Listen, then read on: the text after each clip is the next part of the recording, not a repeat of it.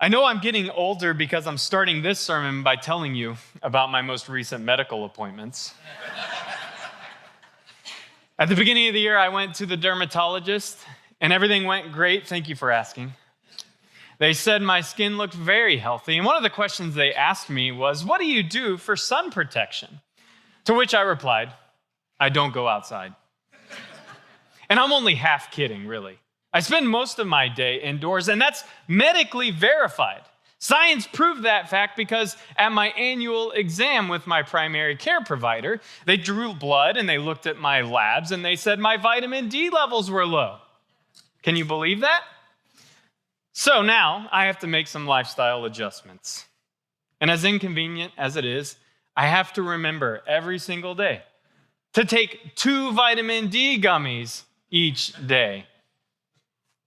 That was a joke. It wasn't very funny. You see, rather than making real simple adjustments to my daily routines, instead I just added a supplement so that I could maintain both my comfort and my aversion to sunlight. But I'm reminded of something, that there are actually real consequences when we trade the true light, real light, for artificial sources. Deeper than the blood, you see, there are fundamental problems with humans when we ignore on the fundamental level our connection to the world around us and to real life sources of nourishment, whether it be water or food or sun. You see, we suffer on the fundamental level when we choose comfort and convenience over actually going outside into the world, and we choose connection. And if you don't believe me, I invite you now to listen to Jesus. You see, we're beginning in the 5th week of the liturgical season of Lent. And if you don't know what Lent is, it's just a time in the church's year when we spend 40 days really paying attention to the presence of God in our lives. And so what we're doing here at Alamo Heights United Methodist Church during the season of Lent is that we're spending our Sundays during this season listening to Jesus's I am statements. And you can find 7 particular statements that Jesus makes in the Gospel of John. So in today's reading that Janet just read, we hear Jesus telling us, I am the light of the world. But what's interesting is if you go back and you read John chapter 7 and then John chapter 8, where this statement comes from, you'll notice that John has Jesus saying this I am statement right after the Feast of Tabernacles, or the Feast of Sukkot, has just wrapped up in the city of Jerusalem. You see, it's no coincidence that Jesus would have said, I am the light of the world, right in the midst of Sukkot.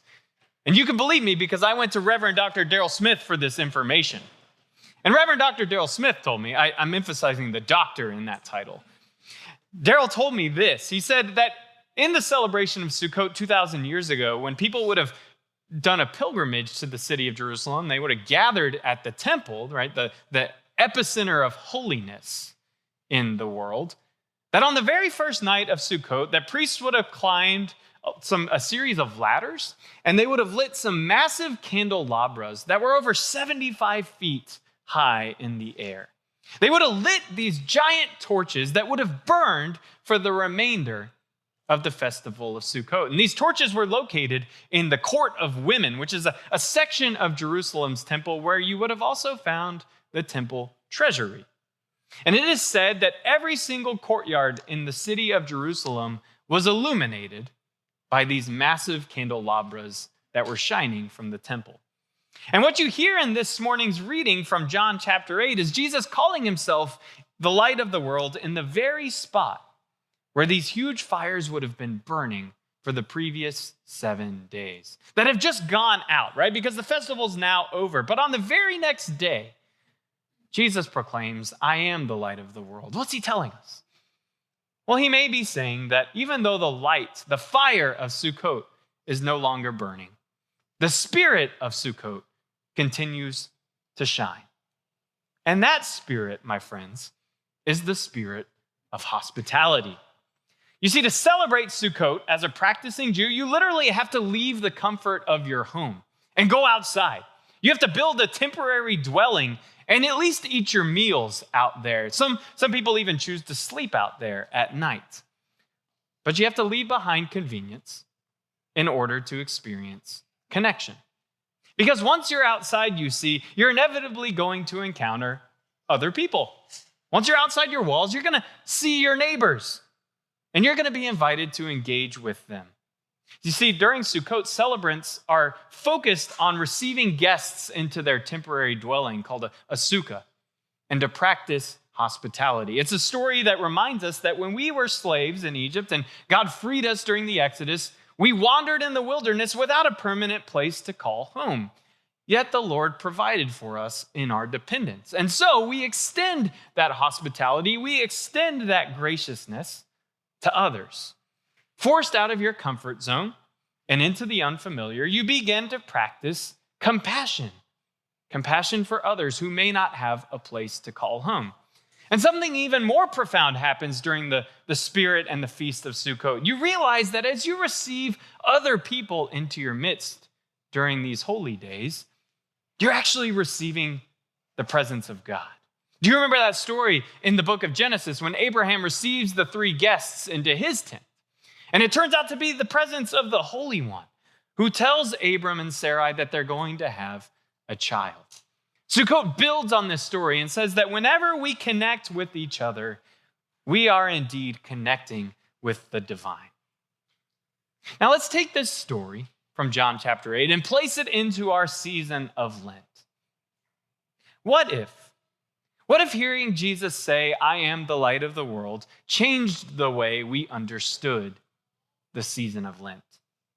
Instead of being about personal discipline or individual penitence, what if Lent became the call for us to move beyond ourselves and instead focus on our neighbors?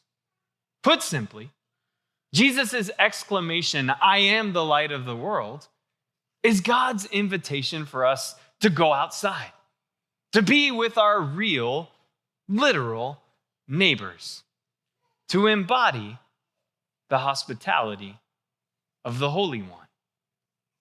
I don't need to spend much time reminding you of the crisis of our modern day, do I? Where we've sacrificed real connection with each other for a world that's driven and dictated by convenience and comfort.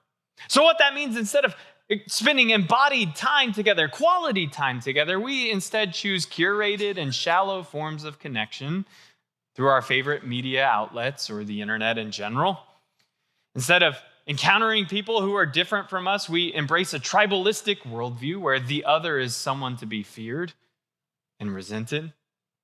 We overschedule our lives to the point where there's no room for spontaneity or surprise, or we might say the work of the Spirit. We trade the real thing for artificial sources, and we're paying the price for it. So friends, I think the solution to our problems today is a simple one, but it may not actually be all that easy. To get outside, to be with our real neighbors. Here's a story for you. 2 days after Ash Wednesday, I was invited by Christian Ortiz, who's always here. Christian is our communications guru here at Alamo Heights United Methodist Church. He runs the live stream chat, makes sure people who are joining us from wherever they are feel welcomed and comfortable. Christian does an incredible job promoting all the events and services we have going on here. But Christian also took the time to invite me to go play pickleball. Pickleball, 2 days after Ash Wednesday, at the very beginning of the season of Lent. And so on that Friday after Ash Wednesday, Christian and I and a group of other people actually went and played pickleball that morning. And so instead of washing the clothes or cleaning the house or watching TV, I was outside for 2 hours. I was exercising. I was meeting strangers who we shared a pickleball court with and played together with, people I didn't know before I showed up at the court. Maybe Christian heard that I needed my vitamin D levels raised. I'm not sure what the deal was, but we spent 2 hours on that Friday just being present to each other, having a little bit of fun together, something that seems so easy and simple and almost unnecessary, inconsequential. And yet, since then, the past 4 out of 5 Fridays since we started Lent, a group of us have gone and played pickleball every morning together.